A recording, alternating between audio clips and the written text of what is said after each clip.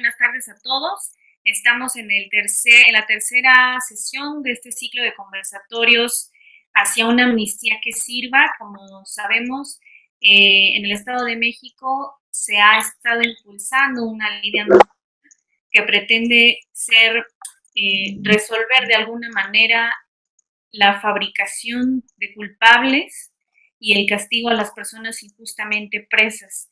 En esta sesión tenemos el gusto de que nos acompaña el señor Antonio Candelaria, que es uno de los compañeros que forma parte de la plataforma Haz Valer Mi Libertad, y nos contará su historia. También nos encuentra con nosotros el doctor Jorge de la Peña, que es un experto en el tema del protocolo de Estambul.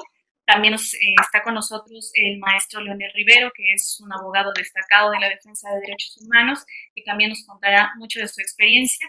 Y por supuesto también nos acompaña el diputado Julio Alonso, que está en la Comisión de Derechos Humanos del Legislativo Local, que también nos dará algunos comentarios. Buenas tardes, antes que nada, pues yo les voy a contar mi historia. La historia fue el 20 de abril de 2015, que para nosotros desapareció nuestro hijo ese día. Iba a ir fue a Mundo E, y de ahí ya no supimos nada, absolutamente nada. Lo estamos esperando para cenar porque nosotros siempre cenamos a una hora y cuando no podemos llegar a esa hora nos comunicamos y decimos, sabes que no voy a llegar, no me esperen, cenen, o yo ya cené de este lado. Ese día fue mi hijo a Mundo E. Él le encanta mucho el deporte, iba a ir a ver si había vacantes ahí en el centro comercial, porque le habían comentado que ahí el Mundo E estaba pagando muy bien. Resulta que, pues, dieron las 6, las 7, las 8 de la noche y no se comunicaba con nosotros. Le llamábamos por teléfono y nunca nos contestó el teléfono. Se nos hizo raro después de las 9 de la noche, porque nos mandaba su teléfono a buzón. Y empezamos a comunicarnos con primos, hermanos, familiares, primero si no habían visto a mi hijo. Y sí se nos hizo bastante raro porque nosotros siempre a una hora, como les repito, siempre hemos estado aquí ya en la noche. Siempre cenamos, tomamos café, platicamos qué nos pasó durante el día, etcétera. Dieron las 11, las 12 de la noche y nadie nos daba información de mi hijo. No, yo en lo personal con mi esposa y mis hermanos nos fuimos a Mundo E. Ya la plaza obviamente estaba totalmente sola, cerrada. Nos encontramos a algunos policías que están ahí dentro del estacionamiento. Le preguntamos a un policía de la Pluma que si no habían visto un muchacho, les dimos las características, si llevaba pan, su chamarra, su playera, y nos dijeron que no. Preguntamos a otros policías y nos dijeron, mira, ¿sabes qué? Hubo dos sucesos. Uno, creo que agarraron a un tipo dentro del estacionamiento y otro creo que iban a asaltar un banco. Ya fue toda la información que nos dieron. Nos dijo, miren, regresen mañana porque ahorita no está la gerente de la plaza y ella les puede dar información. Porque ahorita pues nada más estamos nosotros nada más nos dieron la información y lo tenemos aquí apuntado los sucesos. Nos fuimos a la manzana de Roma a investigar, anduvimos esa noche bien desesperados buscando por todos lados a mi hijo, y fuimos prácticamente a todos los municipios del Estado de México, porque nosotros no conocemos bien el Estado de México. Nos mandaron a la manzana de Roma, y a la manzana de Roma nos dijeron que levantáramos un acta, pero después de 72 horas. Entonces yo le dije a los que estaban en turno, lo que pasa es que no podemos, porque nosotros tenemos que levantar el acta porque mi hijo nunca nos hace esto. O sea, es la primera vez que pasa esto. Me dijeron, no, pues la verdad es que no, que se tiene que cumplir un lapso de 72 horas para, para, para darlo por desaparecido, ¿no? Al, al otro día ya fuimos a la plaza del centro comercial nos metieron con la señorita, la gerente, y nos enseñó un video donde estaban golpeando al muchacho. Y efectivamente vimos que era nuestro hijo. Entonces nosotros nos espantamos porque eran puras personas detrás de civil, puras personas detrás de civil, y fue lo más que nos pudieron ayudar allí en el mundo de. Bueno, no sé si video ya no sé si video porque no nos lo querían sin problemas. Nos fuimos a la manzana de Roma, hicimos levantamos un acta, fue casi a fuerzas que nos atendieron, levantamos el acta, posteriormente pues fue todo lo que hicimos. No encontramos a nuestro hijo, lo seguimos buscando, pensábamos que era un secuestro, y, y pues no, fuimos a Naucalpan, fuimos a muchos lados, duramos 3 días buscando a mi hijo, hasta el tercer día nos habla por teléfono y una mujer y me dice, permítame tantito, le van a hablar. Entonces, ya cuando me comunican, era mi hijo, me dijo, papá, soy yo, soy Tony. Y entonces, pues la verdad me puse contento al recibir que estaba recibiendo la llamada de mi hijo, pero me extrañé porque ¿por qué me habló una mujer? Yo pensé que me iba a decir, estoy bien, me van a pedir un rescate o algo, ¿no? Y me dijo, no, estoy detenido. ¿En dónde? Estoy en Tepic, Nayarit. Pero ¿cómo en Tepic, Nayarit? O sea, me sorprendió mucho, ¿no? No, pues sí, me están acusando de secuestro, me están acusando de delincuencia organizada que pertenezca a la familia michoacana y de extorsión. Y entonces, pues yo inmediatamente busqué la forma de trasladarme a Tepic, porque nada más le dieron unos minutos para hablar a mi hijo, y después me comunicaron a la señorita, me dijo, su hijo está aquí en Tepic, Nayarit, está acusado por lo que le dicen, en cuanto pueda, usted venga para acá. Y entonces yo, pues, nunca lo había pasado este tipo de cosas, tratamos de buscar abogados que nos podía acompañar o algo así, porque nos dijeron eso, traigas un abogado, véngase para acá. Una de mis hermanas me prestó una tarjeta, su tarjeta de crédito, porque pues, ¿de dónde sacas dinero para trasladarte hasta aquí? Y nos prestó la tarjeta de crédito, sacamos el vuelo más próximo para ir a Tepic y nos trasladamos junto con un abogado que también mi hermana, una de sus amigas, su papá era licenciado.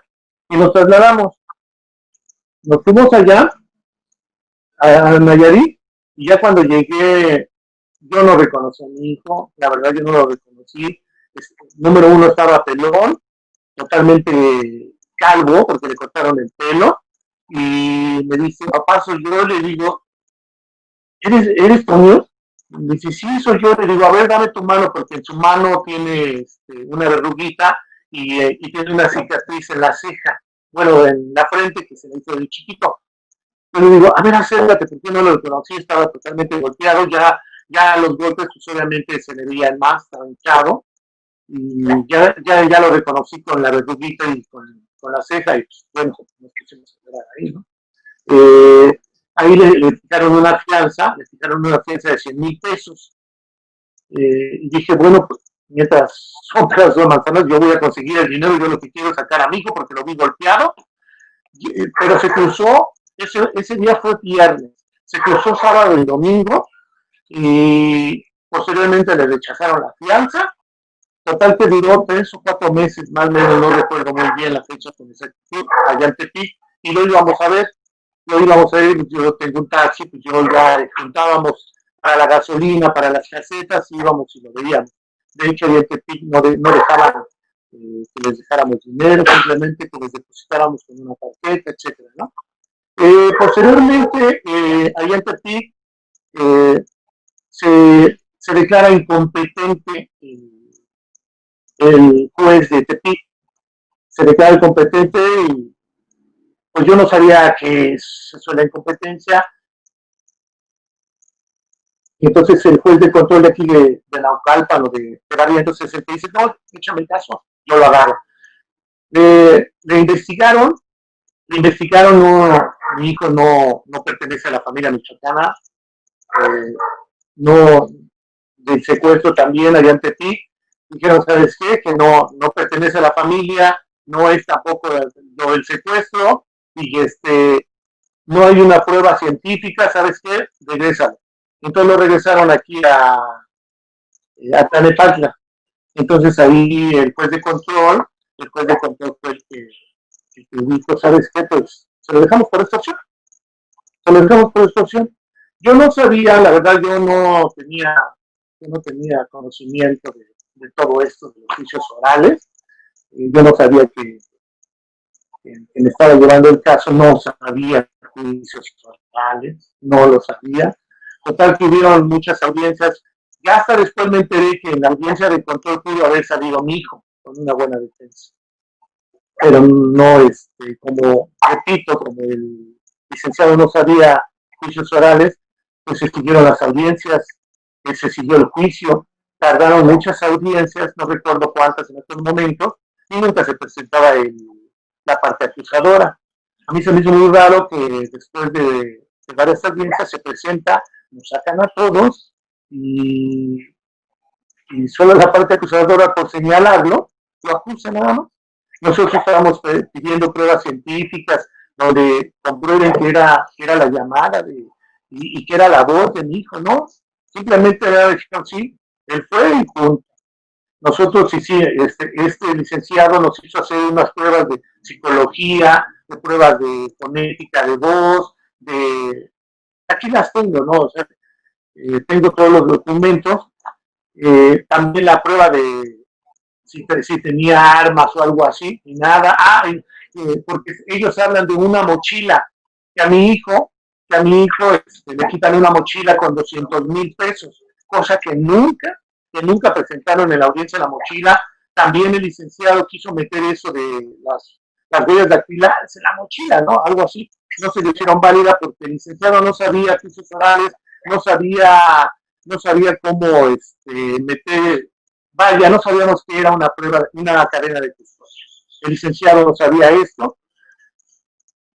Desafortunadamente, nosotros, por darle confianza al licenciado, porque era un conocido de mi hermana, pensamos que sí sabía, y que desafortunadamente nada más nos engañó, nos sacó dinero, ya hasta posteriormente en la última audiencia, mi hijo fue porque le decía al licenciado, no, tú no declares, ellos declaren. Y yo recuerdo en una audiencia pero ya en lo último, que el licenciado el juez le decía al licenciado, sí quiero que me lo diga, sé lo que me quiere decir, pero dígamelo conforme al derecho de juicio oral, conforme a los artículos de juicio oral. Ahí nos dimos cuenta que no sabía, pero ya mi hijo estaba, pues prácticamente yo lo sentía así, que ya estaba hundido porque no lo defendieron bien. Y me dicen que el juez tenía la obligación de habernos dicho, o no a nosotros, a mi hijo, ¿sabes qué? Este señor no sabe juicios orales, la verdad es, quítalo y que te pongan un licenciado. Entonces nosotros quitamos ahí a ese licenciado, y había una licenciada que se nos ofreció y nos dijo, mira, es que se hicieron malas cosas, no se pudieron defender. Metimos una licenciada de ahí de Valiente, pues hizo lo que pudo, pero como ya estaba mi hijo muy, no lo habían defendido bien, pues que la licenciada tampoco no me voy a echar la culpa, porque trató de defenderlo, pero ya no pudo hacer más. Lo único que sí fue que a mi hijo lo torturaron, se levantó una carpeta de tortura, ahí mismo con el juez, y el juez le dijo, ¿sabes qué? Le dijo a la MP, al Ministerio Público, le dijo, ¿sabes qué? Levanten esta carpeta de tortura. Y mi hijo declaró eso, que le pegaron, pero no le han dado seguimiento a esa carpeta de investigación de tortura, no sé por qué. Después mi hijo me platicó cómo lo torturaron, le pegaron, lo golpearon los policías, no nada más eran dos policías, eran como 12 policías mujeres. Bueno, después nos enteramos que fueron policías, pero le pegaron entre mujeres y hombres, se metieron en un carro, se lo llevaron a un cuarto, lo tuvieron 4 horas tuvieron 4 horas de diferencia, nunca lo presentaron luego al, pues sí, a un MP o algo así. Yo tengo entendido que inmediatamente que cuando tú te levanta un policía y ya te ponen a disposiciones inmediatamente, pero no te llevan a un cuarto, te tienen 4 horas. Estos policías le dijeron a la doctora legista, le dijeron, ¿sabe qué? Por favor, le puede apuntar ahí que lo acabamos de agarrar. Y a mi hijo le dijeron, ¿sí te acabaron de agarrar? No, me agarraron hace 4 horas. Y la misma doctora dijo, no, yo no puedo ponerle que lo agarraron apenas porque yo me meto en un problema. Y le pusieron ahora que agarraron a mi hijo. Entonces son 4 horas de diferencia. Nunca, nunca le dieron la oportunidad de hablar por teléfono, puesto que después de 3 días a mí me habla por teléfono, pero solamente desde Pic Nayarit. Nunca le dieron la oportunidad aquí de hablar por teléfono, le pusieron el abogado, le dijeron que firmara esa declaración. A mi hijo lo interceptan 2 tipos. Le quitan, le quitan celular, cartera, su chamarra y le dicen que vaya a cobrar, a recoger una maleta y se va a ganar 500 pesos. Pero que si no va, le van a poner, bueno, perdón por las palabras, así tal y cual les voy a decir, le van a poner la madre que ya tienen su credencial, saben dónde viven, y si no, lo van a matar o van a ir por su familia. Y si él agarra dicha maleta y se va con la maleta, también lo van a matar porque lo están vigilando.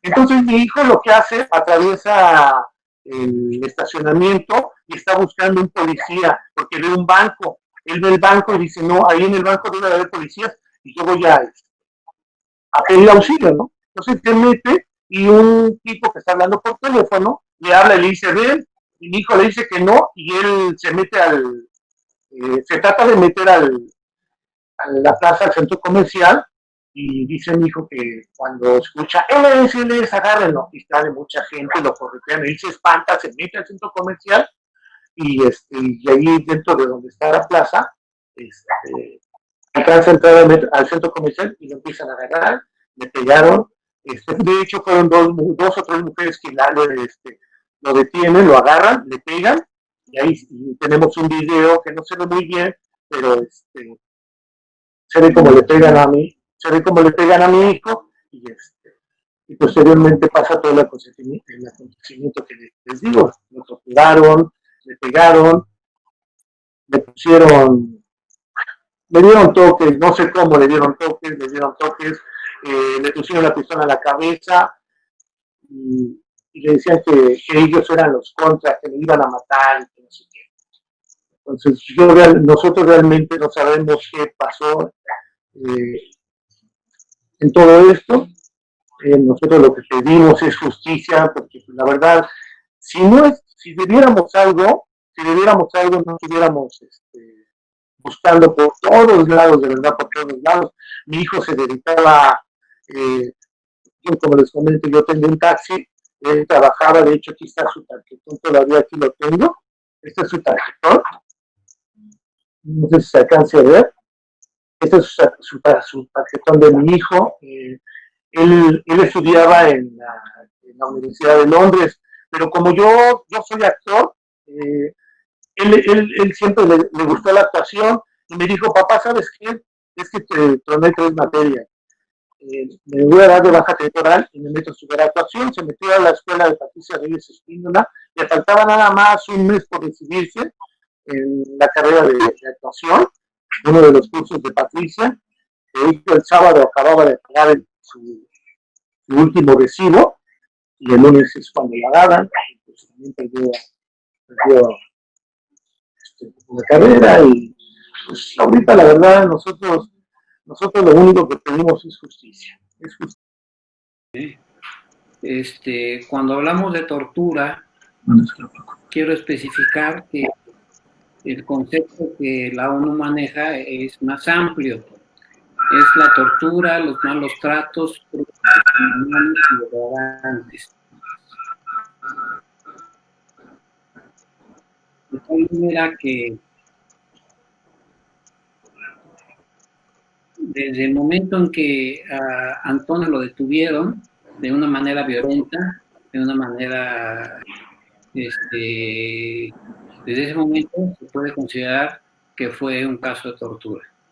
Estrictamente la definición de tortura es una definición muy amplia, pero tiene que ver con el dolor que se le puede generar a una persona con el fin de que diga una verdad, digámoslo entre comillas, que los torturadores quieren que diga. Para esto utilizan el sufrimiento físico, el sufrimiento mental de la gente, utilizando diversas aspectos, situaciones, como ya lo decía el señor Antonio, como toques eléctricos, golpes, etcétera, etcétera, ¿no? Que en México somos expertos en conocer los tehuacanazos, etcétera, etcétera. Para esto, ante la frecuencia de tortura en el mundo y sobre todo en los países subdesarrollados como México, porque somos un país subdesarrollado, se da la tarea a una organización for Human Rights de hacer un documento que pueda dar datos para considerar si una pudo haber tortura o no. Insisto, solamente la tortura que tenemos en nuestro imaginario, ¿no? De hacer descargas eléctricas o golpes o cosas por el estilo. El caso de Antonio yo lo conocí muy cerca. De hecho, acaba de llegar al penal de Tlalnepantla. Todavía tenía secuelas psicológicas, las sigue teniendo, y conforme pase el tiempo va a seguir teniéndolas. Tenía secuelas físicas, y bueno, para mí, el ver un torturado más en México, lo digo con tristeza, no es raro, porque prácticamente toda detención legal o ilegal en México, o por lo menos un porcentaje significativo, está hecho a base de tortura, malos tratos, crueles, inhumanos y degradantes. Eso es así como que la regla, ¿no? Juan Méndez, cuando era vocero de la ONU, del Comité contra la Tortura, dijo que en México se aplicaba la tortura sistemáticamente y bueno, Peña Nieto se enojó y lo corrió del país y todo ese rollo, pero la realidad es que en México, entendiéndola como tortura, los tratos de manera cotidiana. No hay persona que se salve. La ONU tiene sus reglamentos de uso legal de la fuerza y no se necesita utilizar la violencia para poder detener a una persona. Si quieres tú hacer una detención, puedes utilizar otros medios que no interpongan la integridad física y psíquica del individuo.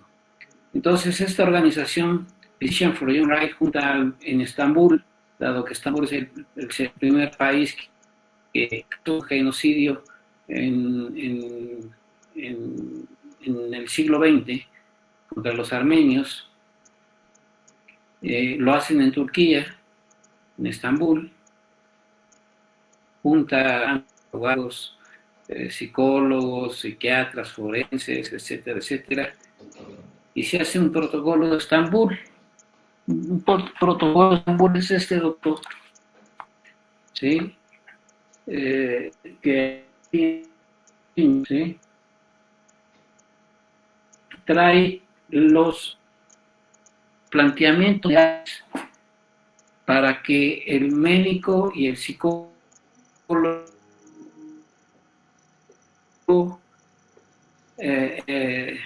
haga su trabajo, su explosión, y determine si el sujeto que está en estudio fue torturado o no fue torturado.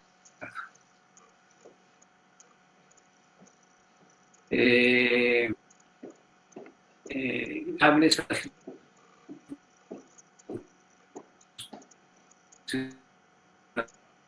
yo he aplicado protocolos de Estambul en diversos lugares y pues, prácticamente con indígenas a través de traductores, intérpretes, etcétera, etcétera. Y se tiene se llama nosología, un cuadro característico de cuando la persona fue torturada. El protocolo de Estambul tiene 3 apartados, uno que tiene que ver con la legislación, otro que tiene que ver con lo médico y otro que tiene que ver con lo psicológico. Entonces, se aplica el documento y lo tiene que aplicar un experto. Eso es bien importante porque lamentablemente si el policía no sabe que golpear a un individuo cuando lo detiene es estar torturando a un individuo, pues menos, lamentablemente menos lo saben las personas que son torturadas ni el aparato jurídico, ¿no? Los jueces, los abogados, no tienen idea de lo que es la tortura. Uno les da un protocolo de Estambul donde les dice fue torturado porque hay que ser contundente, ¿sí? Y fue torturado y da las bases científicas el especialista tiene y debe de ser considerado como una prueba sine qua non por parte del juez. Pero lo lamentable es que el juez tampoco sabe lo que es el protocolo de Estambul. Y ahorita que están ustedes, y bueno, y en todos lados donde lo ha aplicado, las características son similares. Lamentablemente la experiencia me dice que la gente, desde el policía hasta el magistrado, no sabe lo que es el protocolo de Estambul y no sabe lo que es la tortura, no tiene idea. Y yo he trabajado para la ONU para capacitar magistrados, jueces, militares, policías, para que sepan lo que es la tortura, porque se tiene que capacitar en derechos humanos desde el inicio de la cadena de custodia. Y lamentablemente la gente no lo conoce. Ahorita qué bueno que está aquí el diputado, porque sería pertinente que se hiciera dado que se está proponiendo una amnistía para que las personas que hayan sido torturadas y hayan elementos de prueba, existan elementos de prueba para considerarlo, en automático se les quite la pena que se les ha impuesto. Porque bueno, todos estamos expuestos en paso. En este caso fue el hijo de Antonio. De casualidad, ese día fue el hijo de Antonio a Mundo E. Pudo haber ido el martes o el miércoles y no le pasa. Pero a cualquiera de nosotros nos puede pasar eso. Y nos pueden torturar con la mano en la cintura y nos pueden hacer lo que quieren. Entonces, yo sí aconsejaría, si se maneja esta ley, no, la tortura, que se conociera bien los elementos de la tortura, lo que es la tortura, lo que es el protocolo de Estambul, cómo se aplica, en qué momento se aplica, poner ejemplos, como el caso del hijo de don Antonio, que verdaderamente fue apaleado, golpeado, descargas, tenía la cara hinchada, al grado tal que no lo podía reconocer papá. ¿Sí? Tenía múltiples lesiones en el cuerpo, tenía signos de hiperalerta por el trauma sufrido. Entonces hay una serie de características que la tortura manifiesta. Bueno, pues muchas gracias. Un saludo nuevamente a todos los participantes del conversatorio. Les agradezco mucho que me hayan invitado. Lamentablemente, el testimonio del señor Candelaria es muy similar a lo que escuchamos todos los días y lo reitera el doctor en ese sentido. El uso sistemático de la tortura para fabricar culpables, el uso sistemático de la tortura como una técnica de investigación científica que ha rebasado no solamente el sistema de juicios penales tradicional, sino el nuevo sistema acusatorio. Una de las panaceas que los gobiernos neoliberales trataron de vendernos es que el sistema acusatorio iba a acabar con todos este tipo de violaciones graves a los derechos humanos, que la tortura iba a ser desterrada, que, en fin, que las investigaciones iban a ser científicas. Nos damos cuenta que las investigaciones siguen siendo en los mismos términos. No importa que si es una institución federal como la actual Fiscalía General de la República, no importa si son fiscalías estatales, no importa quién esté en el poder, el uso sistemático de la tortura está presente todos los días. ¿Qué es lo que nosotros consideramos? Que realmente lo que el doctor nos dice es, la tortura es institucional. La práctica de la tortura es institucional en este país. Empieza desde el momento de la detención de la persona y cuando es sujeta a los tratos crueles, inhumanos y a la tortura por los aprensores o por las personas que participan en la detención. Posteriormente, es avalada esa tortura con el médico legista o con la mayoría de médicos legistas que certifican que la persona detenida está en perfecto estado de salud. El Ministerio Público lo que hace es convalidar esa tortura plasmada en una entrevista o en una declaración ministerial en la cual la persona detenida acepta las imputaciones que le están haciendo. Cuando la persona es presentada ante el juez lo que hace al definir situación jurídica es voltearse para otro lado y no ver o fingir no ver los golpes. ¿Y qué hace el defensor en la mayor parte de las veces? Unas demuestra una notoria incompetencia y en otras demuestra una cobardía que es mayor. Hay que también decirlo, muchos abogados son los cobardes y su dicho es, entonces vemos que es una práctica institucionalizada que finalmente yo no concuerdo tanto en que hay que legislar sobre la tortura. La tortura está debidamente tipificada, tanto en los instrumentos internacionales, en la Convención Universal, en la Convención Interamericana, en la Convención Europea.